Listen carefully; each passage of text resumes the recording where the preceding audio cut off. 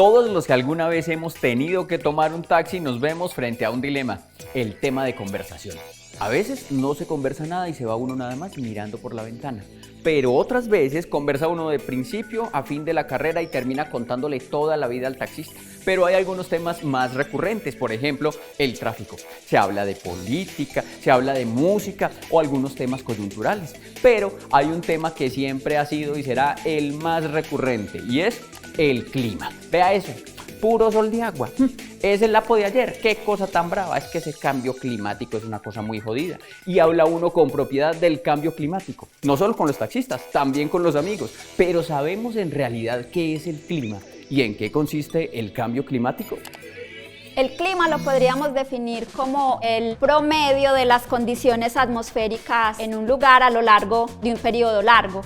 En este momento nos encontramos en el experimento de sequía Siccus Andes. El propósito es explorar los efectos que tiene el clima sobre la dinámica de los ecosistemas naturales en el mundo, particularmente pues aquí en el trópico. Mi nombre es Paula Andrea Arias Gómez y soy profesora de la Escuela Ambiental de la Universidad de Antioquia. Mi nombre es Laura Victoria Cano Arboleda, soy bióloga y estudiante de doctorado en Ingeniería Ambiental de la Universidad de Antioquia. Mi nombre es Juan Camilo Villegas, ingeniero ambiental y tengo un doctorado en recursos naturales. Mi área de trabajo es ecología y cambio climático. Soy Santiago Rendón y en el pronóstico del tiempo de hoy se avecina una tempestad de conocimiento, porque en los próximos 24 minutos aprenderé junto a ustedes algunas cosas sobre el clima y el cambio climático.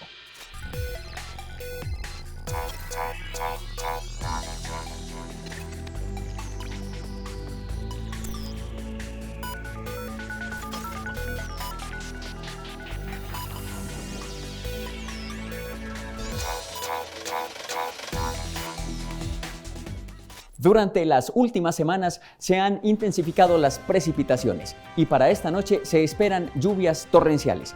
El día de mañana tendremos en la mañana 34 grados centígrados, al mediodía posibilidad de lluvias y al final de la tarde esperanza de arcoíris. Así que para mañana les recomendamos que salgan con gafa de sol, pantaloneta, buzo y sombrilla. Este fue el pronóstico del tiempo meteorológico, que es diferente al clima. Para que nos explique esta diferencia tenemos un panel de expertos. Pero empecemos por saber qué se entiende por condiciones meteorológicas. Adelante, profesora. Una, definición de eso es, por ejemplo, si en este momento hace calor o está lloviendo o qué humedad hay en el ambiente. Esas son condiciones meteorológicas. Aquí sobre el clima, hay dos errores que cometemos en la manera en la que hablamos. Nosotros aquí le decimos clima al hecho de que hoy esté lloviendo. Esto no es clima. ¿No? Y entonces, si cuando hace sol o cuando está lloviendo no es clima, entonces ¿eso cómo se llama? ¿Qué viene siendo? Eso se llama tiempo atmosférico. El ejemplo que yo siempre le pongo a mis estudiantes, llamo a un amigo que está en Bogotá, ve, ¿cómo está el clima por allá? ¿El clima? ¿Cómo así que el clima? ¿Qué se refiere con esa pregunta? ¿Me puede repetir la pregunta, por favor? Yo debería preguntarle cómo está el tiempo por allá. El tiempo. Pues está como lluvioso, como frío, como con viento. ¿O qué? ¿O qué es lo que quiere saber del tiempo? Lo que yo quiero saber es si está lloviendo, haciendo calor, si hace mucho viento. Uno ya no sabe qué hacer con estos climas. Vea ese solazo. Y ayer tremendo aguacero. Uno saca la sombrilla, se encarta. No la saca, se moja. Solo le digo lo siguiente, este clima ya está como las mujeres, impredecible. Uy, este clima sí está muy grave, hermano. Ayer ese clima todo lluvioso y este clima todo soleado. Está cometiendo un error. Debería decir el tiempo de hoy está lluvioso. Eso es el estado del tiempo o el pronóstico del estado del tiempo, no del clima. Que hoy esté lloviendo y mañana no esté lloviendo, eso se llama tiempo atmosférico y se debe principalmente al clima, pero también a cosas particulares que estén pasando en ese momento. El clima es el promedio de muchas condiciones meteorológicas, temperaturas, precipitaciones, humedad, a lo largo de un periodo largo. En general, el clima de un lugar determinado está definido por factores, por ejemplo, como la topografía, porque dependiendo de la ubicación en la que estemos, por ejemplo, con respecto a una montaña, podemos esperar condiciones más lluviosas o más secas. Entonces, por ejemplo, el clima es decir que en el Valle de Aburrá, en los meses de marzo, abril, mayo, típicamente llueve. Y la otra entre septiembre y noviembre y las temporadas menos lluviosas en la mitad de esos meses. Es que a mí me decían mis abuelos que esto antes era pura primavera, que todo el tiempo se sentía fresquito, fresquito. Uy, hermano, a mí no me tocó eso de la eterna primavera. Esto ya es puro invierno y puro verano. Y el otro error que cometemos nosotros es decir invierno y verano. Aquí no hay invierno y verano. Aquí hay temporada lluviosa y temporada seca. Porque nosotros no tenemos ni verano, ni invierno, ni otoño, ni primavera. Esas son las estaciones en regiones más al norte o al sur. Cuando vaya en el taxi ya sabe que la pregunta correcta es ¿qué tal este tiempo atmosférico de hoy? ¿Cómo le parecen estas condiciones meteorológicas? Y se va a preguntar por el clima, entonces sería algo como ¿cómo cree que va a estar el clima en el suroeste antioqueño a mitad de año? Si de pronto la carrera va muy larga y el tema está muy entretenido, puede hablar de las variables asociadas al clima, que son agua, humedad, vapor, radiación, entre otras. Y usted le puede decir al taxista, o usted taxista a su pasajero, que esas variables asociadas al clima se miden en una estación meteorológica como esta que estamos viendo. ¿Qué medimos con esta estación meteorológica? La lluvia entra por este embudo y llena esta cucharita. Cuando ella se llena de agua, da un golpecito. Entonces la velocidad de los golpes nos dice qué tan intenso está lloviendo. ¿Cuánto ha llovido en las últimas 24 horas? 48 milímetros. Un sensor de temperatura y humedad relativa. ¿Qué tanto la atmósfera le está pidiendo agua a los árboles? La humedad relativa es del 74%, es decir, la atmósfera está muy húmeda en este momento. Por ejemplo, en este momento estamos a 32 grados centígrados. Eso es una barbaridad para este sitio, ¿cierto? Hablando de temperaturas extremas, hay 1.8 metros por segundo de velocidad del viento. Este es el medidor de velocidad y cada vuelta significa una velocidad determinada. Y esto es como una veleta que mide la dirección del viento. Y ella tiene un GPS que nos dice si es norte, sur, oriente, occidente. Y la dirección del viento es hacia el norte. Y aquí hay un medidor de radiación solar. En este momento la radiación solar es de 190 vatios por metro cuadrado, pero lo importante de aquí no es tanto lo que yo leo en esta pantallita, sino que estoy guardando datos cada 5 minutos. Yo después voy y recupero esa información de las condiciones de temperatura, humedad, radiación, lluvia, y en el computador ya proceso los datos para poder hacer estadística con ello. Y si vamos a hablar de estadística y estaciones meteorológicas, metámosle un poco de historia al asunto. Hay un científico de nombre Guy Stewart Calendar que se puso a hacer un análisis de registros de estaciones meteorológicas durante varios años y de distintos países.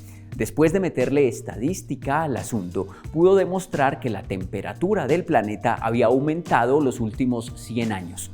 ¿En qué año creen que se hizo este análisis? ¿En 2002? ¿En 1938? ¿O en 1896? ¿1896? ¿Será que en ese momento sí había estaciones meteorológicas o eso era puro ojímetro?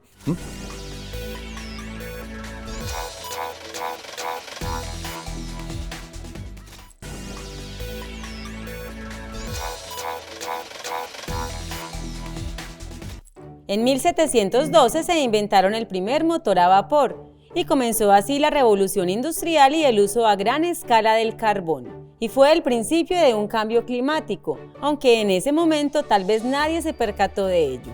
Con la llegada del siglo XIX, la población mundial llegó a 1.000 millones de personas. Y en ese mismo siglo, un físico francés habló por primera vez de un fenómeno al que llamó efecto invernadero natural de la Tierra. Fue así como lo describió. La temperatura puede aumentar por la interposición de la atmósfera. Varias décadas después, otro físico demostró que el vapor del agua y ciertos gases también eran responsables del efecto invernadero, y fue así como lo describió. Este vapor acuoso es una manta más necesaria para la vida vegetal que la ropa para los hombres. Finalizando el siglo XIX, un químico sueco dijo que la combustión de carbón de la era industrial aumentaría el efecto invernadero. Entrado el siglo XX, las emisiones de carbono por el uso industrial de combustibles fósiles alcanzaron los 1.000 millones de toneladas al año. Y un ingeniero británico se puso en la tarea de analizar 147 registros de estaciones meteorológicas de todo el mundo. Y logró demostrar que la temperatura había aumentado en los últimos 100 años. Pero además entregó otro dato importante. Las concentraciones de CO2 habían aumentado en el mismo periodo de tiempo, y sugirió que esta podría ser la causa del calentamiento. A esto se le llamó efecto Calendar. Guy Stewart Calendar afirmó que la temperatura había aumentado en los últimos 100 años en el año 1938. En 1938, Guy Stewart Calendar demostró que la temperatura en el mundo había aumentado en los últimos 100 años. Y les voy a compartir otros datos de personas que también tuvieron hallazgos importantes en este tema. En los años 50 del siglo XX, un investigador llamado Gilbert Plas concluyó que si se duplicaban las concentraciones de CO2, la temperatura en el mundo podría aumentar. En 1975, un científico llamado Wallace Brooker publicó un artículo titulado Cambio climático. ¿Estamos al borde de un calentamiento global pronunciado? En su artículo, el científico advertía que el mundo podría aumentar en su temperatura por las emisiones de gases del efecto invernadero producido por la actividad del hombre. Ahí es donde me pregunto, ¿será que cuando está haciendo un solazo, que uno sale con camisilla y pantaloneta y ya después a las 3 cuadras empieza dizque tremendo aguacero y uno por allá sin sombrilla, eso tiene que ver con el cambio climático o eso es otra cosa? El cambio climático, Santiago, tiene que ver con esos cambios a lo largo del tiempo. Eso que estás mencionando, que de repente se alargue el aguacero y que yo no esté preparado porque estoy en chanclas pues caminando, eso hace parte más de la variabilidad climática. Pero, por ejemplo, si nosotros notamos que las temperaturas están aumentando, pero ese aumento es a lo largo de varias décadas, eso ya se puede considerar como un cambio climático. Entonces es un cambio en las condiciones del clima, pero que se sostiene por un periodo largo y como lo tiene definido la Organización Meteorológica Mundial, es al menos 10 años. Una de las manifestaciones del cambio climático aquí en los Andes es lo que se llama como una intensificación en los extremos hidrológicos. Hay temporadas lluviosas mucho más fuertes y temporadas secas mucho más fuertes. Y particularmente de importancia es esta de temporadas secas mucho más fuertes y más largas, porque esa determina, por ejemplo, la salud de los bosques. ¿Qué pasa con estos bosques cuando se enfrentan a una sequía? Entonces, nosotros tenemos un experimento. Nuestro experimento se llama Siccus Andes. Siccus es sequía en latín. Lo que pretendemos es entender cómo 5 especies de árboles nativos del bosque andino responden a condiciones de limitación hídrica en el suelo. Lo que hacemos es someterlos a riego controlado, de modo que tengamos como un gradiente de diferentes niveles de limitación hídrica o de estrés hídrico, de ese modo poder analizar ellas cómo responden a esas condiciones. Cuando Laura dice ellas, se está refiriendo a las diferentes especies de árboles que han sido seleccionadas para tan importante investigación. Hacen parte de este selecto grupo el chagualo, el drago, el chachafruto, el roble de tierra fría y el amarrabollos. 450 ejemplares de estas 5 especies vivirán temporadas de diferentes niveles de sequía para demostrar quién es el más resistente a las condiciones meteorológicas extremas que podrían llegar en el futuro debido al cambio climático que se dice es causado por las actividades humanas. Entonces, salgamos de la duda. ¿Qué puede hacer cambiar el clima? ¿Causas naturales o actividades humanas? El clima puede cambiar por condiciones naturales. Por ejemplo, debido a modificaciones en la actividad del Sol. Ese es el responsable, por ejemplo, de las glaciaciones, que son una manera de cambio climático. Por ejemplo, en 1600, 1800, hubo un periodo al que se le llamó pequeña edad de hielo, que las temperaturas del planeta bajaron y pues hubo cobertura de nieve en muchas regiones debido a que hubo muchas erupciones volcánicas y a que el Sol tenía poca actividad. Ese fue un cambio climático natural, porque fue un cambio de varias décadas y las causas fueron naturales. Sin embargo, el cambio climático actual, demostrado por el Panel Intergubernamental de Cambio Climático, ha sido el producto de las actividades humanas en los últimos 2 siglos. Debido a la actividad humana, muy fundamentada en extracción de combustibles fósiles, hemos emitido un tipo de gas a la atmósfera que ha hecho que se caliente. Son 3 importantes, digamos. Dióxido de carbono, que viene de la quema de combustibles fósiles, metano, de la ganadería y la disposición de residuos sólidos, y óxido nitroso, que viene fundamentalmente de la agricultura industrial. Esos son gases que tienen una propiedad muy particular que el oxígeno y el nitrógeno no tienen, y es que cuando la superficie, cualquiera que sea la superficie terrestre, absorbe de la energía del sol, se calienta. Si la atmósfera no tuviera esos gases, sería 33 grados grados centígrados más bajita de lo que es. Entonces esos gases son naturales. Pero ¿qué ha pasado con la extracción de combustibles fósiles? Eso fue carbono que alguna vez fue removido de la atmósfera por plantas y quedó allá abajo enterrado, lo estamos volviendo a poner en la atmósfera. Cuando deforestamos también estamos quitándole la propiedad a la superficie de absorber dióxido de carbono, porque la vegetación absorbe ese gas, es una forma de balance natural, y lo que estamos haciendo es de alguna forma acelerar ese ciclo del carbono. ¿Y qué está pasando? Que nosotros estamos llevando a la atmósfera en cuestión de décadas algo que se daría a lo largo de miles o incluso millones de años. Y esa es la primera acción evidente que hemos hecho en los últimos 2 siglos particularmente. Siglo XIX y XX, pues, y lo que llevamos del XXI. Lo que está pasando es que con la actividad humana desequilibramos energéticamente el planeta, se calentó el planeta y generó todos estos cambios de los que estamos hablando. Se nos calentó el parche, nuestro planeta. Y lo que se escucha es que un calentamiento así no ocurría hace miles de años. Miles de años. Saber que hace cientos de años el clima era de cierta manera es posible porque hay registros y se pueden analizar. Pero saber cómo era el clima hace miles de años, ¿cómo saber eso?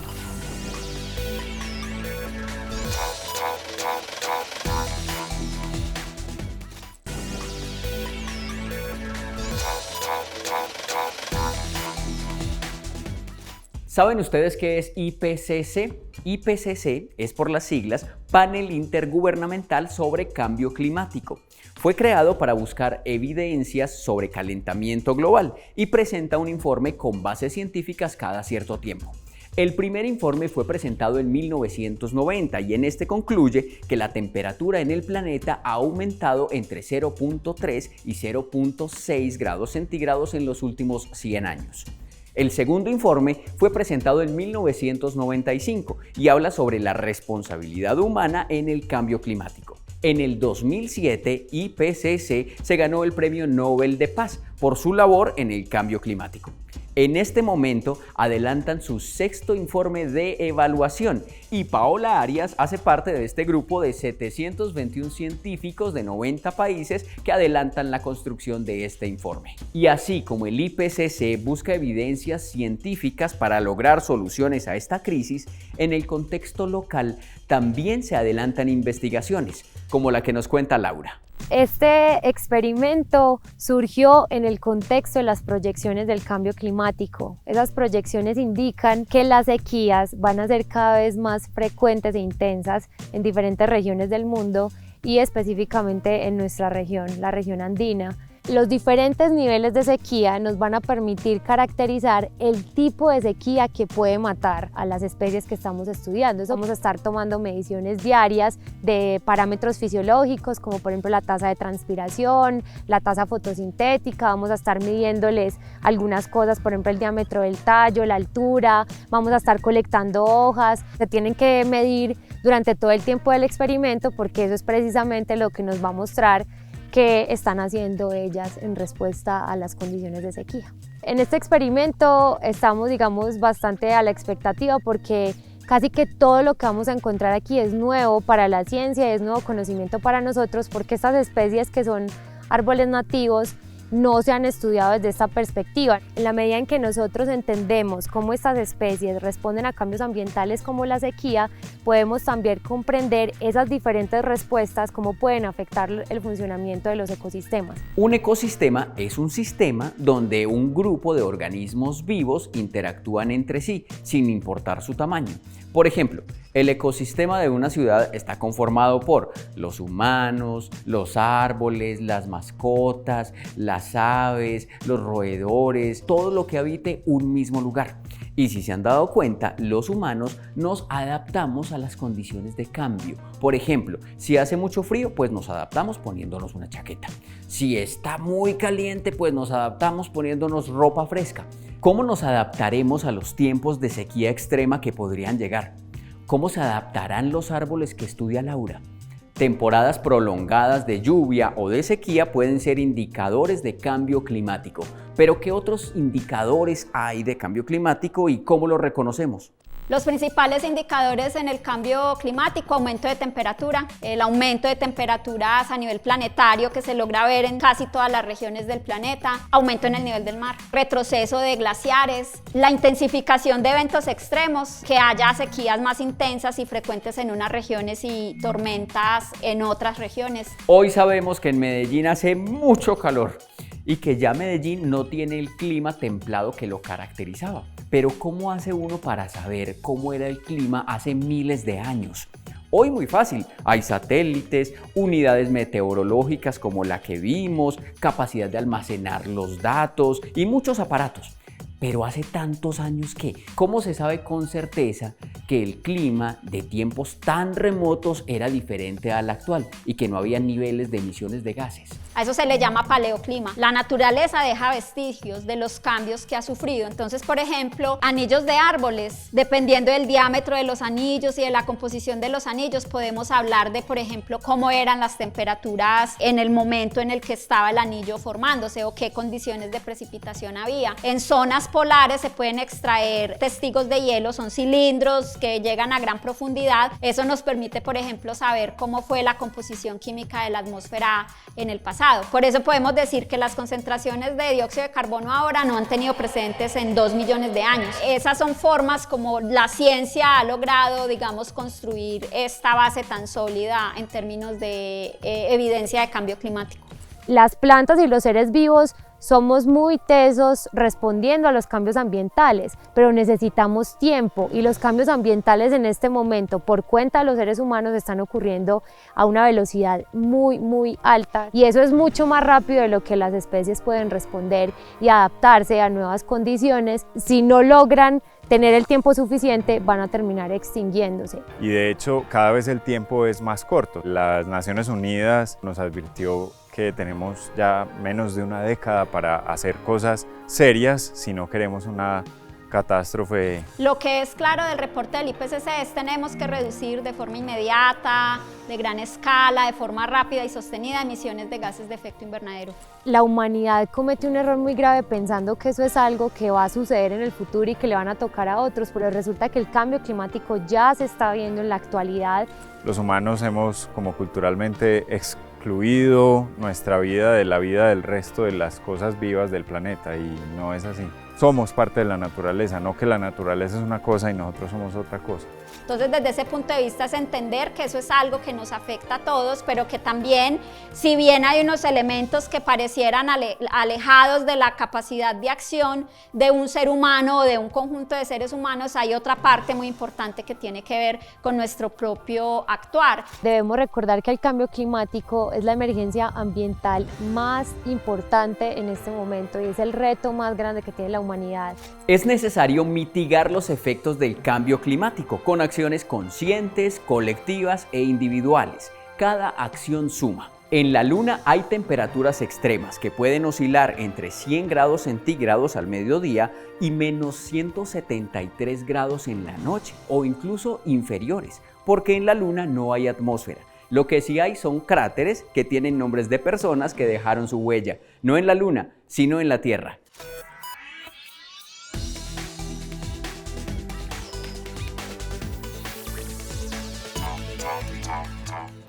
Hoy vine hasta la Luna para presentarles el cráter Wegener, ubicado en la cara oculta de la Luna y que lleva su nombre como homenaje al meteorólogo y geofísico alemán Alfred Lothar Wegener, quien, además de interesarse por la deriva continental, o sea, que los continentes estaban juntos y se separaron, también ocupó su tiempo en los climas del pasado geológico. De hecho, así se llama uno de sus libros. Esta publicación fue el inicio de una ciencia conocida como paleoclimática, que nos permite conocer hoy cómo fue el clima miles de años atrás. Wegener murió a los 50 años en una expedición científica en Groenlandia y tiene su cráter en la Luna porque miró más allá de lo evidente, incluso mucho más atrás en el tiempo, y puso la ciencia al servicio de la humanidad. Crear tiene ingenio. La ciencia, la tecnología y la innovación detrás de lo que perciben nuestros sentidos.